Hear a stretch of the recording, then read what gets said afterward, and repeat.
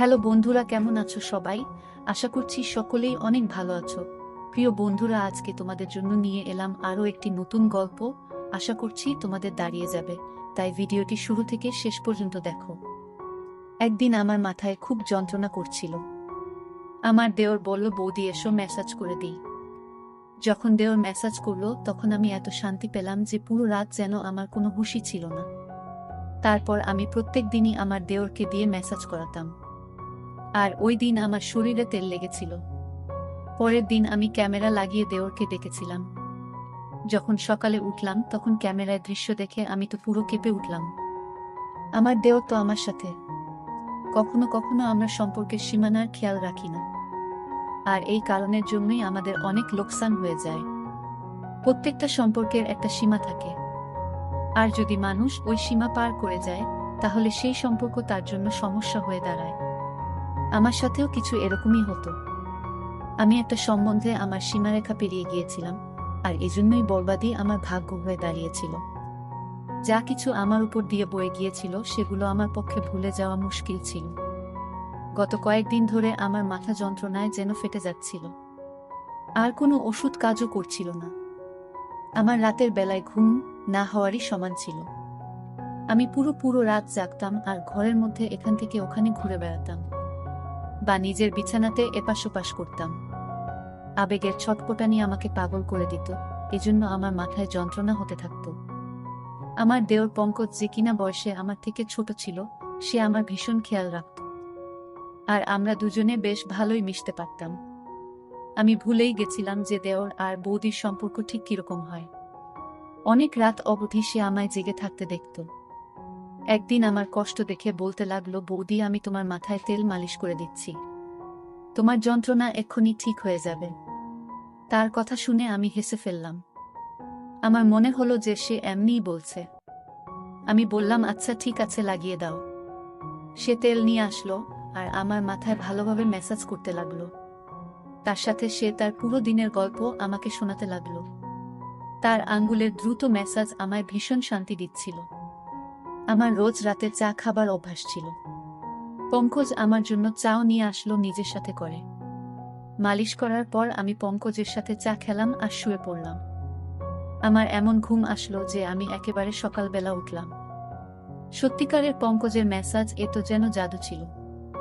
আমি অনেক বেশি শান্তি অনুভব করছিলাম।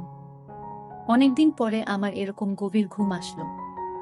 সকালবেলা উঠে যখন আমি স্নান করতে বাথরুমে গেলাম, আমি তখন ভীষণ অবাক হলাম যে আমার পুরো গায়ে কোথাও কোথাও তেল লাগানো। বোধহয় আমি ঘুমের ঘোরে নিজেই মাথার তেল এদিকে ওদিকে লাগিয়ে দিয়েছি। ঘুম পুরো হওয়ার কারণে আমার মাথার যন্ত্রণা চলে গিয়েছিল। এরপর আমি দিনভর কাজ করতে লাগলাম। আমার বিয়ের 1 বছর কেটে গেছে, আর এই 1 বছর আমি ভীষণ ভালোভাবে কাটিয়েছি। যখন আমি এই বাড়িতে বউ হয়ে আসলাম তখন আমার দেওর পঙ্কজের মাত্র 6 বছর বয়স ছিল। পঙ্কজের মধ্যে অনেক বেশি বাচ্চামো ছিল, আর সে একদম আমার ছোট ভাইয়ের মতোই লাগতো। আমার বর আমায় বলেছিল যে তার বাবা খুব তাড়াতাড়ি পৃথিবী থেকে চলে গেছে, যার জন্য পঙ্কজ তার বাবার ভালোবাসা পায়নি। তার মাও পঙ্কজের উপর আর ঘরের উপর অনেক কম ধ্যান দিতেন, আর আমার বর আকরম এখানে তো থাকতেই না। এজন্য আকরম আমাকে বলেছিল যে এখন সব থেকে বেশি আমি যেন পঙ্কজের খেয়াল রাখি। আমি তাকে কথা দিয়েছিলাম যে পঙ্কজকে একদম নিজের বাচ্চার মতো রাখব, আর আমি আমার কথা পুরো করেছিলাম। আমার বর আকরম অন্য শহরে চাকরি করত, সে মাসে 4 দিনের জন্য বাড়ি আসত। বাকি পুরো মাসে আমি আমার ছোট দেওর পঙ্কজ আর আমার শাশুড়ির সাথেই কাটাতাম। পঙ্কজ এখন 7 বছরের ছেলে, যে কিনা যুবক হয়ে গেছে। সে আমার থেকে বয়সে মাত্র 4 বছরই ছোট ছিল। সে কলেজ থেকে আসার পর ও বৌদি বৌদি করে আমার আগে পিছনে ঘুরত। আকরামের এখানে না থাকার কারণে আমার বড় ছোট সব কাজ পঙ্কজেরই দায়িত্বে ছিল। পঙ্কজ কলেজ থেকে আসার পর আমার কাজ করে দিত, আর তারপর আমারই সাথে সময় কাটাতো। পঙ্কজের সাথে থাকতে থাকতে আমি একটা ব্যাপার অনুভব করেছিলাম, যে সে আকরামকে পছন্দ করত না। এমনকি তার কথা উঠলেও সে সেখানে চুপ করে যেত অথবা কথা বদলে দিত। আমি তার থেকে জানতে চাইতাম যে আকরমের থেকে তার কিসের সমস্যা, কিন্তু আমি কখনো এই প্রশ্নটা করতেই পারিনি। আকরামের মা পুরো দিন পাড়ায় ঘুরে বেড়াতেন, আর সন্ধ্যা হতেই বাড়ি এসে তাড়াতাড়ি শুয়ে পড়তেন। পরের দিন সকালবেলা আবার পাড়ায় বেরিয়ে যেতেন। এজন্য আমার তার দিক থেকে কোনো সমস্যাই ছিল না। জীবন খুব ভালোভাবেই কাটছিল। কিন্তু আকরামকে ছাড়া আমি পুরো রাত ঘুমোতেই পারতাম না, আর পুরো রাত আমি এপাশ ওপাশ করে কাটিয়ে দিতাম। কখনো কখনো মন চাইতো যে আমি নিজেই আকরামের কাছে চলে যাই, কিন্তু এখন এমনটা সম্ভব নয়। এজন্য আমার মাথায় মাঝে মধ্যেই ব্যথা ব্যথা হতো। পঙ্কজ জানতো যে আমার মাথায় ব্যথা, এজন্য প্রথমে তো সে আমার জন্য ওষুধ নিয়ে আসতো। কিন্তু একদিন হঠাৎ সে বলল যে, আপনি কতদিন আর ওষুধ খাবেন মাথা যন্ত্রণা? এর থেকে তো ভালো যে আমি আপনার মাথার ম্যাসাজ করে দিই, আপনি অনেক শান্তি পাবেন। আমি পঙ্কজকে বললাম, ম্যাসাজ করার বদলে কিছুদিনের জন্য আমাকে নিজের দাদার কাছে পাঠিয়ে দাও, আমি নিজেই ঠিক হয়ে যাব। আমার কথা শুনে পঙ্কজ বলতে লাগলো, যদি আপনি চলে যান তো আমার কি হবে? আমি তো আপনাকে ছাড়া থাকতেই পারি না। তার কথা শুনে আমি জোরে জোরে হাসতে লাগলাম। সে আমার সাথে এভাবেই কথা বলতো। সত্যিই পঙ্কজের সাথে থেকে আমার একটা অভ্যাস হয়ে গিয়েছিল তার। আমরা দুজনে মাঝে মধ্যেই ঘুরতে বাইরে চলে যেতাম। সে রাতের বেলা আমার জন্য আইসক্রিম নিয়ে আসতো, আর আমরা দুজন মিলে রাতভর একসাথে সিনেমা দেখতাম। আমি পঙ্কজের সাথে কেনাকাটা করতে যেতাম। তখন সে আমাকে অনেক মডার্ন আর ফ্যাশনেবল জামা কাপড় কিনতে বাধ্য করত। ঘরের মধ্যে তো সে আমাকে ওড়না গায়ে দিতেও দিত না। আমি যখনই ওড়না নিয়ে কাজ করতাম তখন সে আমার গায়ের ওড়না টেনে একদিকে ফেলে দিত। সে বলতো, আপনি এটা এত গরমের মধ্যে কি করে পরে কাজ করেন? সে প্রত্যেকটা কথায় আমার অনেক বেশি চিন্তা করত। সে হালকা রঙের জামা কাপড় পরতে বেশি পছন্দ করত। এই জন্য আমি যখনই তার সাথে বাজারে যেতাম তখনই সে আমার জন্য হালকা রঙের কাপড় পছন্দ করত আর কেনাতো। আর তার সেলাইও ভীষণ ফ্যাশনেবল ভাবে করিয়ে আনত। আমার জামা কাপড়ের ব্যাপারে তার অনেক রুচি ছিল। আমি প্রায়ই তাকে বলতাম যে তার বউতো যে তার বর তাকে পছন্দমতো জামা কাপড়ের ডিজাইন বানিয়ে দেবে। আমার কথা শুনে সে বলতো যে, আপাতত আপনি ভীষণ সৌভাগ্যবতী যে আমি আপনার জন্য এত মেহনত করি। আর সত্যিই আমি অনেক সৌভাগ্যবতী ছিলাম, কেননা আমাকে সে কখনো কোনো কাজের জন্য না বলতো না। সে আমার অনেক জামা কাপড়েই ডিপ করে ডিজাইন দেওয়া গলা বানাত, বড় বড় পিঠের ডিজাইনও বানাত, যেগুলো মাঝে মধ্যেই আমার কোমর পর্যন্ত চলে যেত। আর কামিজ এতটাই টাইট ফিটিং হতো যে কখনো কখনো তো নিঃশ্বাস নিতেও আমার কষ্ট হতো। কিন্তু পঙ্কজ এরকম জামা কাপড় ভীষণ পছন্দ করত। আমি ওকে আমার বাচ্চার মতো করে রাখতাম। এই জন্য কখনোই তার পছন্দের জামা কাপড় পরার জন্য আমি না করতাম না। হালকা গোলাপি রঙের জামা কাপড় পরে আমি একদিন রান্নাঘরে কাজ করছিলাম। অনেক বেশি গরম ছিল সেদিন, আর আমার পুরো শরীর ঘামে ভিজে যাচ্ছিল, যার জন্য আমার জামা কাপড়ে যেন আমাকে পুরোপুরি দেখা যাচ্ছিল। আর আমি ওড়না ছাড়া তাড়াতাড়ি খাবার তৈরিতেই মগ্ন ছিলাম। তাই হঠাৎই যখন সে পেছন দিক থেকে চলে আসলো আর আমাকে দেখে বলতে লাগলো, আজকে তো আপনি ভীষণ হট লাগছেন। ওর এই কথায় আমি লজ্জা পেয়ে গেলাম আর তাড়াতাড়ি আমার ওড়না খুঁজতে লাগলাম। তখনই সে বলতে লাগলো যে, আমি তো মজা করছিলাম বৌদি, আপনি আরাম করে নিজের কাজ করুন। আর সে রান্নাঘর থেকে চলে গেল। আকরাম যখন আমার সাথে দেখা করতে আসতো তখন ওই কদিন পঙ্কজ আমার সাথে অনেক কম কথা বলতো, আর পুরো দিন সে পড়ার মধ্যেই মন দিত। আকরাম ভীষণ খুশি হতো যে পঙ্কজ অনেক মেহনত করে পড়া করছে। আর আমিও ওই দিনগুলো আকরামের সাথে এতটা মজে থাকতাম যে পঙ্কজের বদলে যাওয়া আমার চোখেই পড়তো না। আকরাম শুধুমাত্র 4 দিন আমার সাথে কাটিয়ে তারপর চলে যেত, আর তারপর পঙ্কজ আবার আমার সাথে আগের মতোই ব্যবহার করত। সে আমার ব্যাপারে অনেক জেদি ছিল। সে চাইতো সে আমাকে যা খুশি বলুক।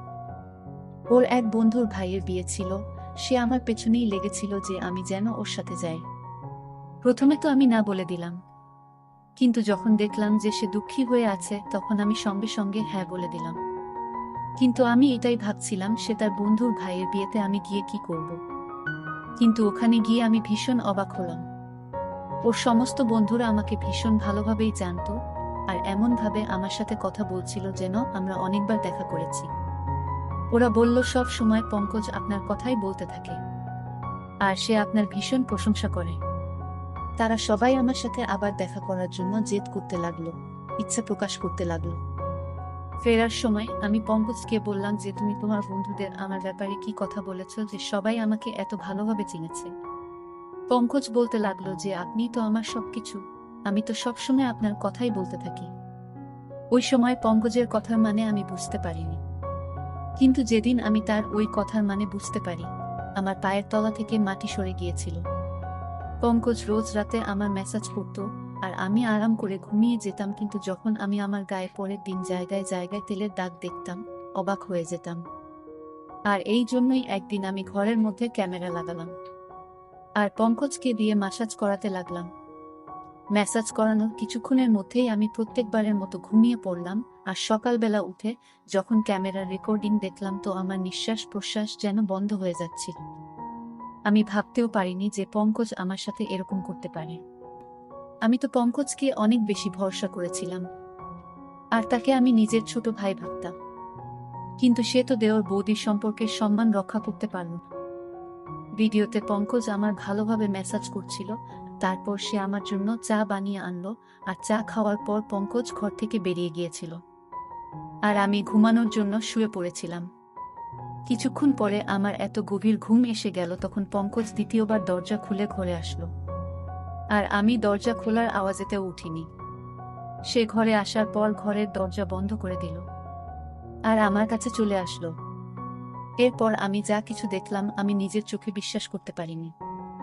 পঙ্কজ কিছুক্ষণ তো চুপচাপ বসেছিল, আমাকে সে দেখছিল।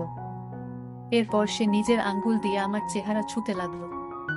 সে তার মোবাইল ফোন বের করে আমার অনেক ফটো তুলল, আর তারপর সে আস্তে আস্তে আমার শরীর থেকে কামিজ সরালো। তেলের সেই শিশি যেটা সে মাসাজের জন্য এনেছিল ঘরের মধ্যেই রাখা ছিল। সে নিজের হাতে তেল নীল আর আমার গায়ে মাসাজ করতে লাগলো। আমি জ্ঞান হারিয়ে ওর সামনেই পড়েছিলাম, আর সে আমার গায়ে নিজের হাত ঘোরাচ্ছিল। কিছুক্ষণ পরে আমাকে চুমু খেতে শুরু করলো, আর তারপর সে নিজের সমস্ত সীমারেখা ছাড়িয়ে গেল। সে আমাদের মাঝে দাঁড় করানো সমস্ত আবরণের দেওয়ালকে ভেঙে দিয়েছিল। সে আবেগ সামলাতে না পেরে এতটাই এগিয়ে গেল যে কয়েক ঘন্টা পর্যন্ত সে আমার সাথে ছিল। আমি তার সামনে জ্ঞানহীন অবস্থায় ছিলাম, আর সে পুরোপুরি জোশপূর্ণ ছিল। বেশ কয়েক ঘন্টা আমার সাথে কাটানোর পর ও যেভাবে এসেছিল সেভাবেই ফেরত চলে গেল। সে আমার ইজ্জত খুব বাজেভাবে নষ্ট করে গেল, আর এটা দেখে আমার হৃদয় পর্যন্ত কেঁপে উঠল। আমি তো তাকে নিজের ভাই ভাবতাম, এজন্য তার সাথে এত ভালোভাবে মেলামেশা করতাম, কিন্তু আমি কখনো জানতেই পারিনি যে ওর চরিত্রই খারাপ ছিল। আমি আমার ঘরে বন্ধ ছিলাম, যখন সে কলেজ থেকে আসলো সে সোজা আমার ঘরে চলে আসলো। একদম আমার কাছে বসে বলতে লাগলো, বৌদি কি হয়েছে, তোমার শরীর ঠিক নেই? আমি গভীরভাবে তার দিকে তাকালাম, আর ক্যামেরার রেকর্ডিং তার দিকে বাড়ালাম। সেটা দেখে সে কিছুক্ষণের জন্য তো চুপ করে গেল। এরপরে সে যা বলল সেটা শুনে পুরো আমার গায়ে শিহরণ জেগে গেল। সে হঠাৎ করেই নিজের ভালোবাসার কথা আমাকে বলতে লাগলো। সে বলতে লাগলো চিরদিনই ভালোবাসার জন্য অভাব বোধ করত সে। যখন আমি তার দিকে ধ্যান দেওয়া শুরু করলাম, তখন তার ভালো লাগতে লাগলো। সে বুঝতে পারল যে তার জীবনের কেউ এমন আছে যে তাকে ভালোবাসে। ও বলছিল যে এবার ও আর আমার থেকে দূরে যেতে পারে না, আর এই জন্যই তার নজরে তার বড় দাদার অস্তিত্ব খটকাতে লেগেছিল। যখনই আকরাম আসতো সে নিজেকে ঘরের মধ্যে বন্ধ করে দিত, কেননা আমাদের দুজনকে সে একসাথে দেখতে চাইতো না। আকরামকে তো সে এভাবেই প্রথম থেকেই ঘৃণা করত, কেননা আকরামের বাবা আকরামকে অনেক ভালোবাসত, আর মরার আগে উনি এই ঘরটাও আকরামের নামে লিখে দিয়েছেন। আমার আর আকরামের সঙ্গ তার হৃদয়ে কাটার মতো বিঁধত। তাই যখনই আমার জন্য সে কেনাকাটা করত সে ইচ্ছে করেই আমার জন্য এই ধরনের জামা কাপড় কেনাতো, যাতে আমাকে সে পরিষ্কারভাবে দেখতে পারে। সে হালকা রং পছন্দ করত না, বরং হালকা রঙের মধ্যে দিয়ে উকি দেওয়া আমার দেহাকর্ষণ তাকে আকৃষ্ট করত। সে বলতো যে সে সৌন্দর্যে আহত হয়েছে, সে শুধু আমাকে পেতে চাইত। সে নিজের আবেগকে কাবুতে রাখতে পারছিল না যখন সে আমাকে রাতভর জাগতে দেখত। এই কথাটা তাকে ভীষণ অস্বস্তিতে ফেলত যে আমি তার দাদার কথা ভেবে জেগে আছি। ওর ইচ্ছা ছিল আমি যেন তার জন্য জেগে থাকি আর জীবনভর যেন তার সাথে থাকি। সে নিজের দাদার থেকে আমাকে আলাদা করতে চেয়েছিল আর নিজের কাছে আনতে চাইত। এই জন্য সে আমার ম্যাসাজ শুরু করে যাতে আমি শান্তি পাই, আর সে আমার চায়ে ঘুমের ওষুধ মিশিয়ে আনত। আর যখন তার বিশ্বাস হতো যে আমি গভীরভাবে ঘুমিয়ে গিয়েছি তখনই সে আমার ঘরে চলে আসতো আর নিজের পিপাসা মিটিয়ে চলে যেত। সে নিজের বন্ধুদেরও ওই কথাটা বলেছিল যে সে আমাকে ভালোবাসে, আর ওর বন্ধুরাই ওকে এই ধরনের পরামর্শ দেয়। পঙ্কজ আর তার বন্ধুরা বয়ঃসন্ধির দরজায় উপস্থিত ছিল, এই জন্য তারা ঠিক আর ভুল কি সেটা বুঝতে পারত না। আমার ইজ্জত নিয়ে বসেছিল সে। পঙ্কজের কথা শুনে তো আমার চোখ দিয়ে জল বেরিয়ে আসল। সে এই সমস্ত করে ফেলেছিল, আর আমি ছিলাম তার দাদার বউ, আর সে আমার বিছানা পর্যন্ত এসে গেছিল। আমি লজ্জায় জল হয়ে যাচ্ছিলাম। আমি ঘৃণায় পঙ্কজের দিকে তাকালাম। তখন সে আমার পায়ের কাছে বসে পড়ল আর বলতে লাগলো সে শুধু আমাকে ভালোবাসে আর আমার ঘৃণা ওকে মেরে ফেলবে। বাবার ছেড়ে চলে যাওয়ার সাথে সাথে সে নিজের মায়ের অদ্ভুত উদাসীন্য সহ্য করতে পারেনি। সে বলতে লাগলো তার মাও কখনো তার আবেগ আর তার ইচ্ছের খেয়াল রাখত না। তার বদলে তার মা গোটা পাড়ায় ঘুরে বেড়াতো, আর তাই সে পুরোপুরি একাকিত্বের শিকার হয়েছিল। যখন আমি এই বাড়িতে আসলাম তখন তার একাকিত্ব দূর হলো। সে নিজে নিজেই আমার সাথে মিলেমিশে গিয়েছিল। আমি পঙ্কজকে ধাক্কা দিয়ে আমার পায়ের কাছ থেকে সরিয়ে দিলাম। আমি তার মুখও দেখতে চাইছিলাম না। সে আমার সাথে যা করেছে আমি তাকে কখনোই ক্ষমা করতে পারতাম না। আমি জানতাম এতে পুরো ভুল পঙ্কজের ছিল না। সে সত্যিই সম্পর্কের জন্য মরে যাচ্ছিল, আর আমাকে পেয়ে সে সীমানা ভুলে গিয়েছিল। আর আমিও তাকে কখনো ঠিক আর ভুল কোনটা তা বলিনি। সে যখনই আমার জন্য জামা কাপড় সেলাই করাতো তখন আমি সেটা ওর পছন্দ ভেবে মেনে নিতাম। আমি ওড়না ছাড়াই তার সামনে ঘরে ঘুরে বেড়াতাম। আমি তাকে নিজের ছোট ভাই অবশ্যই ভাবতাম, কিন্তু বাস্তবে সে তো আমার ছোট ভাই ছিল না। তার আর আমার সম্পর্ক ছিল দেওর বৌদির। আর আমি এই ব্যাপারটাই খেয়াল করিনি। আজকালকার দিনে যেখানে 1-3 বছরের বাচ্চাও পুরো সব কথাই জানতে পারে, আমি কি করে ভেবে নিলাম যে আমার 7 বছরের দেওর একটা ছোট বাচ্চা হবে। আমি তাকে বললাম এটাই ভালো হবে যে তুমি আমার থেকে দূরত্ব বজায় রাখো, আর আমাকে নিজের চেহারাও দেখাবে না। আমার পক্ষে এবার তার সাথে একই ছাদের নিচে থাকা মুশকিল হয়ে গিয়েছিল। সে বলতে লাগলো যে এই কথাটা যেন তার দাদাকে আমি না বলি। আমার মধ্যে তো নিজে থেকেই এতটা ক্ষমতা ছিল না যে আমি আকরামকে এত বড় সত্যিটা বলবো। সে ভীষণ লজ্জিত ছিল, আর সে নিজের ঘরে চলে গেল। কিন্তু আমি নিজের নজরেই নেমে গিয়েছিলাম। আমি সঙ্গে সঙ্গে আকরামকে ফোন করলাম। তাকে বললাম আমি এবার তাকে ছাড়া থাকতে চাই না। হয় সে নিজে এখানে চলে আসুক, আর না হয় আমাকে তার কাছে ডেকে নিক। আমার কথা শুনে আকরাম প্রথমে তো অবাক হয়ে গেল যে আমার হঠাৎ করে কি হলো, কিন্তু যখন আমি বারবার বলতে লাগলাম তখন সে বলল সে তাড়াতাড়ি আমাকে তার কাছে ডেকে নেবে। সে কিছু সময় চাইছিল যাতে আমার থাকার সে ব্যবস্থা করতে পারে, আর নিজের মায়ের সাথেও সে সেই ব্যাপারে কথা বলবে। আমি আকরামকে বললাম যে সে 1-5 দিনের ভেতরে যেন আমাকে ডেকে নেয়, না হলে আমি চিরজীবনের জন্য ঘর ছেড়ে চলে যাব। আকরাম আমাকে কথা দিল যে সে 1-5 দিনের মধ্যেই আমাকে নিজের সাথে নিয়ে যাবে। আমি এই 15 দিন নিজেকে ঘরের মধ্যে বন্ধ করে কাটিয়েছি। আমি সেসব পুরোপুরি ভুলে যেতে চাইতাম। আমার শাশুড়ির এখনো পর্যন্ত ঘরের সম্পর্কে কোনো হুঁশ নেই।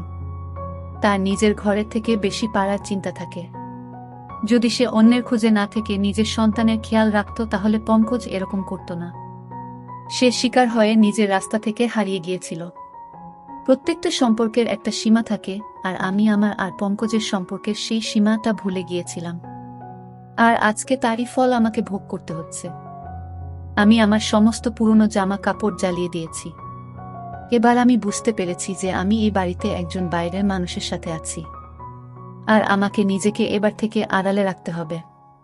কখনো কখনো আমরা অনেক ব্যাপার ছোট ভেবে নিই, কিন্তু সেগুলো এতটাও ছোট হয় না যতটা নজরে মনে হয়। আজ আমি আমার ওড়নার দামের কথা অনুভব করলাম, যে সেটা কত দামি, যখন কিনা আমি প্রায় ধ্বংস হয়ে গিয়েছি। যারা এই গল্পটি শুনছেন আপনাদেরকে আমি এটাই বলতে চাই যে নিজেকে সাবধানে রাখুন। ধন্যবাদ বন্ধুরা গল্পটি শোনার জন্য।